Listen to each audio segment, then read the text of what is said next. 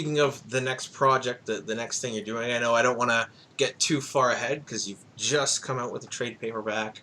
And if I'm not mistaken, before I get the question out, I myself, I've recently been on a little tour at Sidekick Comics, at Beguiling. I believe I saw a copy at Harry Tarantula North. Your guys' books are getting out there, so if someone's in the GTA, there is physical copies out there that they can go grab, correct? There are physical copies in many comic stores of the single issues.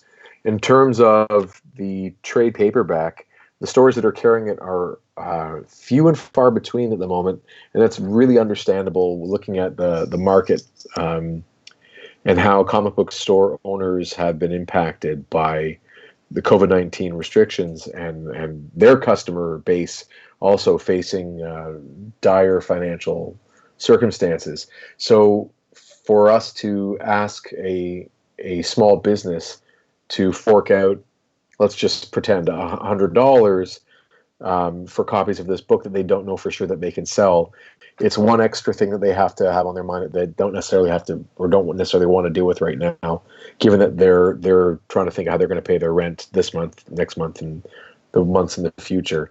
So there are a few stores that were in a position that they could be like, yeah, no problem.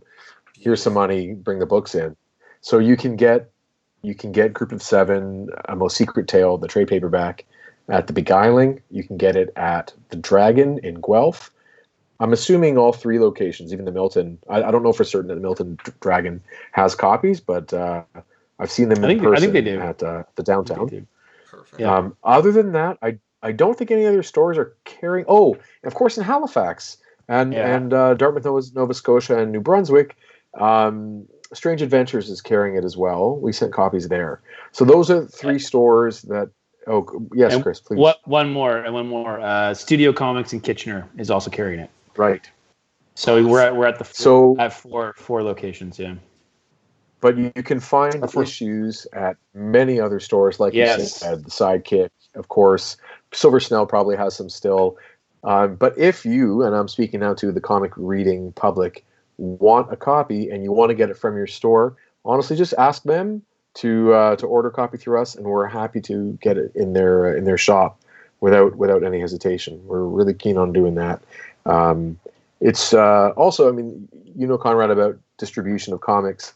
That up until just recently, there's been one distributor for comics, essentially. So the act of getting comics into a store from a store owner or manager's point of view has been to just interact with one supplier.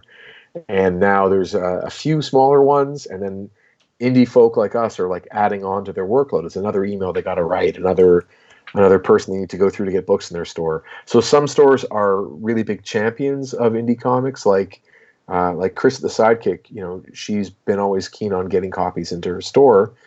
And if that takes an extra email or whatever it is, she's been always cool about it.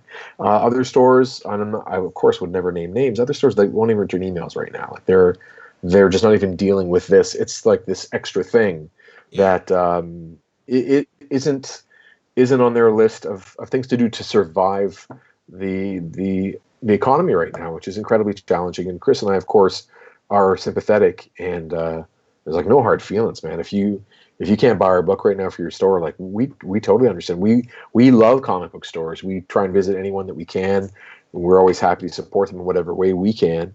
And the last thing we want to do is see comic stores go under and have people struggle and suffer. It's not at all what this has been about. So getting it right now, the easiest way has been buying it directly from us, or like we said, a couple stores in the Greater Toronto area, and that's about it. But you'll find issues circling around in many of those shops too. Yeah, I mean, my set, like I've got all 6 of them. I got them from Chris at Sidekick. Right. So yeah, like that's to me, like that's why I like to ask, because yes, obviously, like you said, you're more than willing, especially if there's enough people to warrant it. Hell, you'll drive it out to them. Oh, which yeah. I think is the coolest thing. Of course I will. How often do you have the artist come and bring you the book, or the writer come and bring you the book? That's the coolest thing ever. But yeah, so the issues are out there in stores, whether they're actual issues or the book itself, it can be found. That's beautiful. Yes, definitely. Yeah, now a little bit about yourselves. So one of my favorite questions to ask artists and writers is, who do you read and what do you read? Now, I guess we'll start with Chris. You're up, Chris. So Yeah, Chris, I just talked. my question is from specifically even a little more detailed.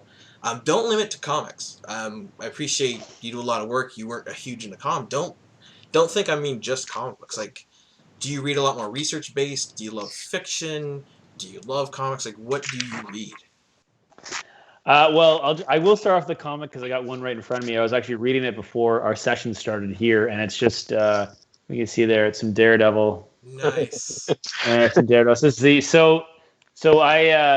written by Ann Nocenti, and this one's 290. This is just after John Romita Jr.'s run. So this is late 80s, early 90s. I part of doing this comic thing has been being introduced to such great work, and I have a number of people whose comic tastes I absolutely respect and have said to me, "Oh, you got Daredevil for me." Jason and I talk a lot about this. Daredevil for me is probably my favorite Marvel character. I know he's right behind you, and anyway, and so you got to read the Nocenti run, and she was featured on a recent interview of cartoonist KAYFABE, and so again, just so we went to the Dragon, had a back issue sale, and I cleaned them out of Nocenti Daredevil, so that was good. So that's what I'm reading comic book wise, which is excellent. I love seeing Matt get beat up; it's great. But in terms of best character ever take a punch. But in terms of other things, yeah, I'm a big nonfiction reader. I'm always on the lookout for generally Canadian history. I tend to that tends to be my wheelhouse, or history of hockey. That's another big piece for us. I mean, Conn Smythe being in the book, but we're big fans of that too. So. I tend to go, read tons of nonfiction as part of work as well. There's a lot of, historical or journals or academic journals that we tend to read as well. Those are kind of the big ones. I usually have a stack of a whole number of things beside my bed. Normally, there's a few comics that Jason has lent me. Then there's a few other history texts, and I'm just about to start a book on the history of food in France, like the Julia Child. I also like food. We got a chef. I love it. Yeah, so we've got there's a history of about 6 or so Americans who were all in France. Similar to Group of Seven, they're all in France at the same time, and they all have their impact on different. One's a wine person, one's a food critic. Anyway, so I've got that going. So that's the kind of stuff that I will say that reading the nonfiction pieces, reading the history pieces, absolutely informs the comic piece, because I'll find a nugget. I'll find a nugget somewhere of what happened, this event, this date, this person, and they'll find themselves in the book or referenced somehow, which is half the fun for me of writing Group of Seven, was just inserting all of these references to things. And it was great. Jason, was a few times I think we should probably spell this out as little asterisks because people will not know. And I totally agreed with him. And other times no, they can look that up on their own. What that is. Love it. But yeah, so it's definitely they form each other. So it's good for me. Good. Well, where Chris is looking for nuggets, I'm looking for a vein of gold. I need to find way more. I can't just be reading random stuff hoping to find something good. I'm mainlining comics as much as I can, but the differences for me are reading as a fan versus reading as a student. And I have really been intensely pursuing artists or cartoonists overall that are going to be able to convey to me something that I can take and incorporate into the way I'm drawing, whether it's their use of tools or just their storytelling techniques, and how to render in a certain style. So I've been reading a ton of books that I had already owned. Luckily, I've been collecting comics since I was probably about 10 years old, so it's a few years now. And I have a very, very healthy collection of comics, graphic novels. But lately I've been indulging a little bit more in the IDW artist editions and artisan editions, which are, for those who aren't in the know, they're scans of the original pages produced as a replica of those pages, so that you can see exactly what the artist was doing before the work was colored. So you get to see what's been whited out, you know, and the process to create each page. It's really quite beautiful to look at, and the detail is amazing. So I've been reading some Daredevil, thanks to the Dragon. They supplied me with a really cool Frank Miller, Dave Mazzucchelli, Born Again Artisan Edition, which is just phenomenal to look at his work. So I'm a fan of him since reading Year One. I've always loved, you know, like in the 80s, Batman Year One looked so different than everything else I was reading that was coming out of Marvel and DC in terms of the way he was presenting Batman. Where, you know, obviously with Miller's Batman, he was this hulking figure, but then every artist drew him as if he was sort of, you know, it's a naked body that's just painted gray. So every muscle is visible. And then Mazzucchelli drew him completely differently. With detail wasn't part of the conversation. It was all about shape, form, panel composition, page composition, subtlety, shadow, you know, spotting blacks, like the pools of black ink in spots that suggest weight and form. And so always looking at Mazzucchelli's art is great for me. And Chris and I both have a real shared love of Canada's own Darwyn Cooke, and it's hard for me not to think about a Darwyn Cooke image every time I'm drawing something in comics. Yeah. I love the way, again, he wouldn't over-render. He would compose his pages and compose his figures such that they had power and motion and emotion, but there weren't a ton of lines that were extraneous. Like he didn't put things on the page that didn't need to be there to communicate the story. So he was back on that idea of less is more. You know, as long as I'm being clear, I don't have to put anything else on there. I don't have to draw something in a style that looks like it's well done, but the meat and the bones aren't actually aren't well put together. His stuff is put together surgically and just at the highest level for me. I adore his work. So I'm always looking over comics that Darwyn has drawn, particularly, I mean, New Frontier gets looked at every few days in some way. Can't stop. I just always look over pages. It's a great inspiration for me to look over his work and anything else that I come across.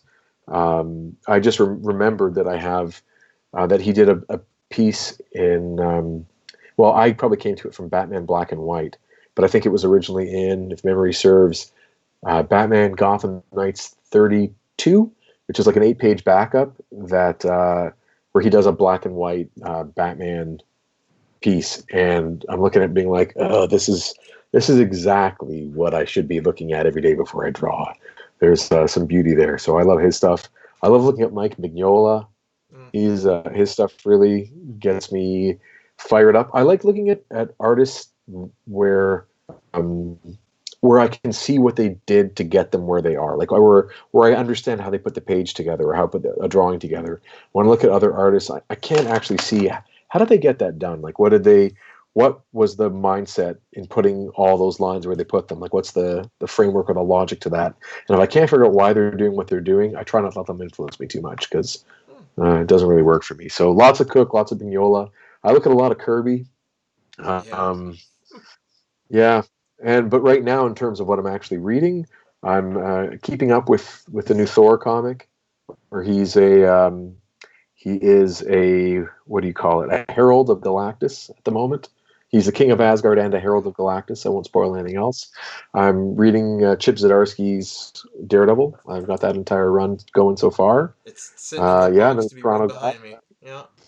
Yeah, it's neat what he's doing. With both Chris and I share an affinity for Daredevil. What else am I reading here? That might be Wonder Woman Dead Earth. Have you picked that up? I haven't. I've seen them out there. They look awesome, though. Again, a different drawing style that I wasn't expecting, and serious use of sound effects. Like Daniel Warren Johnson's like combining the sound effect with motion lines. So as a character is swinging, the whatever the word is, like swing or whoosh, is rendered as if it's both motion lines and the word itself. And his stuff's pretty dynamic. And again, a version of Wonder Woman I've never seen before. And not to spoil what happens in the book, but by issue 3, there is one of the most metal things I've ever seen in a comic book in my life. You just honestly, if you like to go like, oh, that's badass, check out Dead Earth #3, what Wonder Woman does. It's like so cool. So I would really dig that book too. It's been a lot of fun. I'm sad it's over. Yeah. Perfect. And I hope you don't mind the comparison, but well, one about your art and your work from issue 1, because I've never read anything by you before because there'd never been anything, from issue 1 to 6, and now Instagram, when I've looked at what you're working on now, I definitely see Cooke and Kirby, especially in like the new stuff now, how you're inking. So one, again, not a person who's made a comic here, just read a lot of them in my life. Definitely see major improvements, so kudos, like that's awesome. And yeah, Thank you. Cooke and Kirby all the way. Keep it up, it's great. Thank you. I mean, I think there are a lot of artists that go in that direction. That, like, let's Kirby, for instance. Anyone who is drawing anything from Kirby or drawing, pulling influence from Kirby is going to still communicate those ideas in their own way anyway.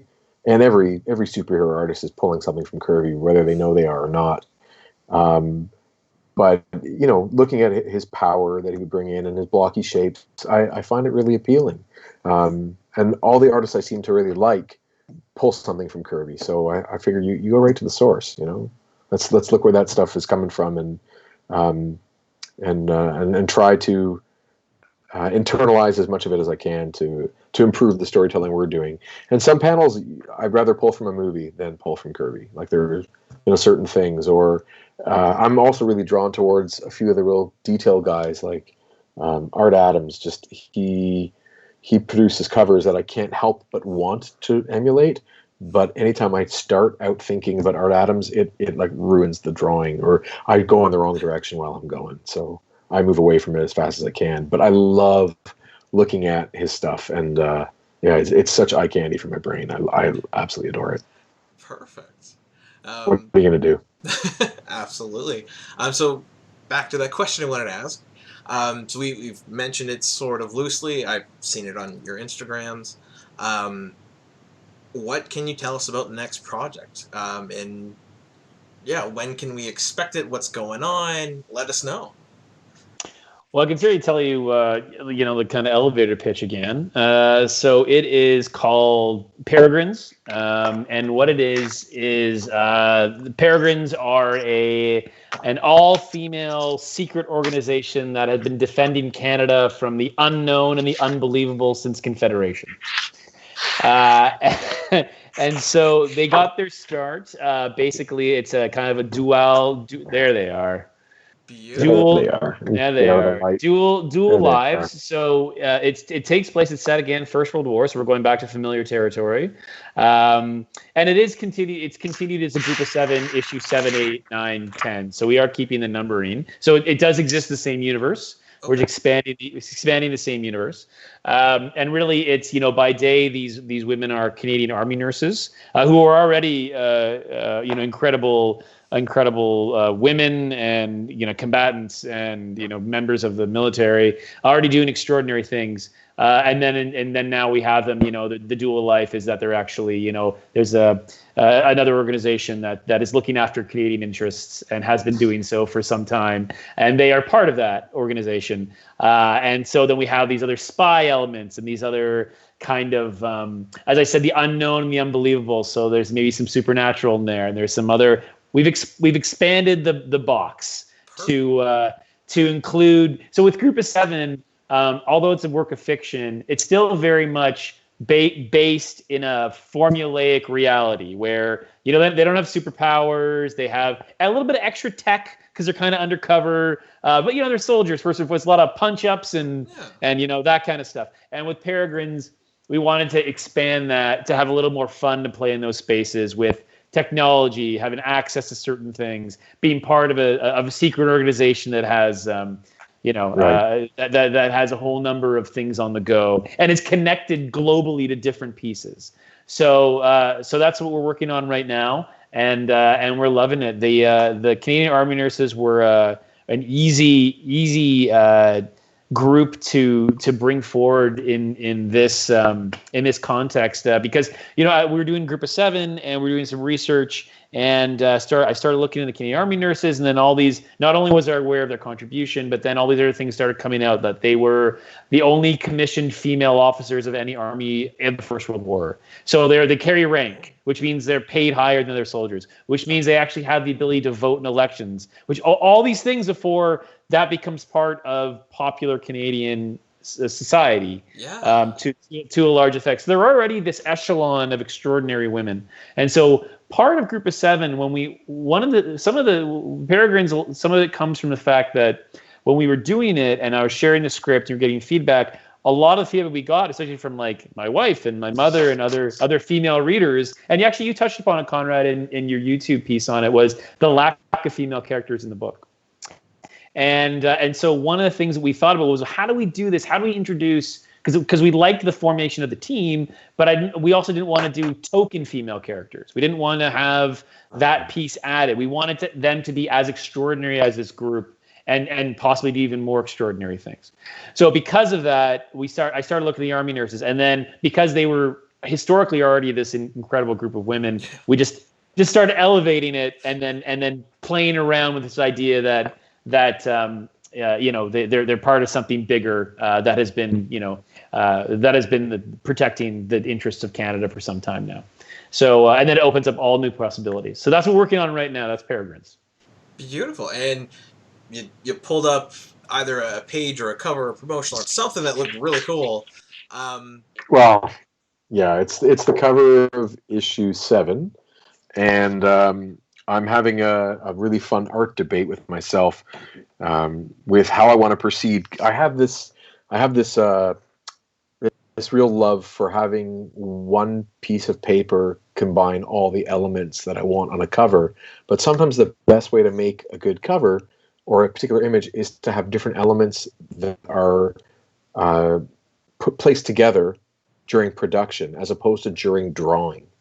So, for instance, there are these 4 figures that are parachuting, and there is supposed to be a figure behind them that is in the background of sort of an ominous shadow figure that is watching the cover. It's sort of a bit of a trope of comics that there'll be a mysterious figure even on the cover that can be looking at the characters in action, but is not the same size as them. We see a lot of movie covers too. Now, probably the best way for me to do this, because the eventual product is going to be printed, is to have separate elements that I add to the same digital file, same image file. I should draw them separately and then put them together. But I really want the cover to be one drawing. So I sort of froze, like, okay, do I gray marker this? Do I ink wash the shadow figure? Do I put it in black ink and then just fade it digitally when I get there? So I'm like at that crossroads where I have to figure out what's the right route to get this done. Of course, there is no single answer, but my desire to see it as a piece of art in my hand in the house is getting in the way of maybe what the fastest, simplest way to do this actually is, which is probably not even to do it by hand, just do it digitally. The whole thing. I can render the whole thing on my computer now because I got those tools. So it's sitting there, and I'm like, okay, gray marker. Do I Copic? Do I? Yeah. So that's what that is. It's like that in between stage where I have to make one decision, then just go. So tomorrow, new day.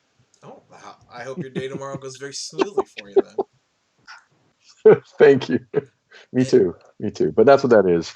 I love drawing these characters too. Like Chris and I, talked about what kind of outfit they would have on, and it's been really interesting trying to think about drawing women in comics in the 21st century in light of all the versions of women we've seen before us in comics and how women have been portrayed, and not falling into those traps, representing characters in a way that we feel really positive about and we really like, and that still that look great to us, And I secretly, like, I don't mind confessing this, like, my dream would be next time we're at Fan Expo and we see kids coming through, I would love to see kids dressed up as characters from the book, or like Yes. that idea that we make something that is going to, in a healthy way, appeal to younger readers, and there's that it's just a good representation of characters that people get behind,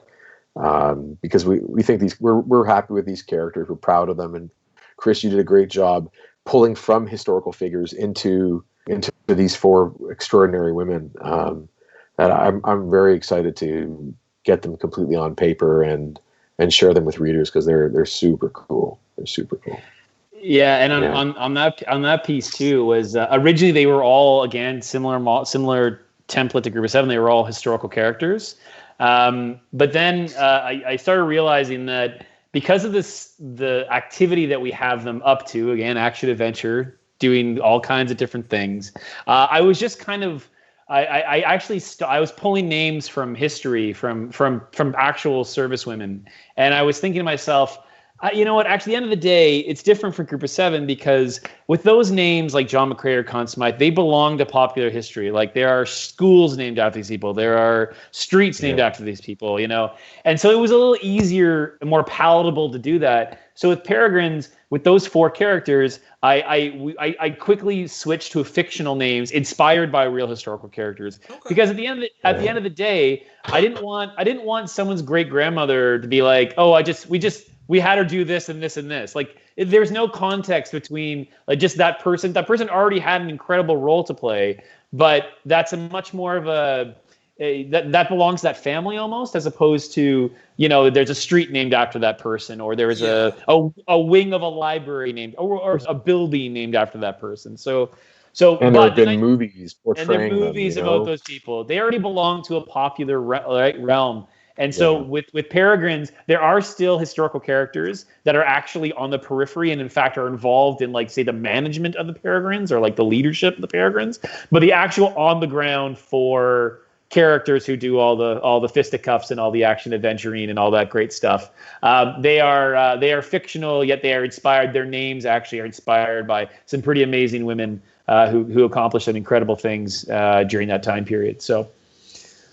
Perfect. Yeah, and actually that was going to be my next question. It was because you'd taken Group of Seven is like 7 real people. I was really curious if you were going to do that, or if you were going to, because of what you're trying to do, where you're going sort of super spy. In other interviews I've read, like, a little bit of steampunk and stuff like that. If you were going to keep it super grounded, or if you were really just going to run with it.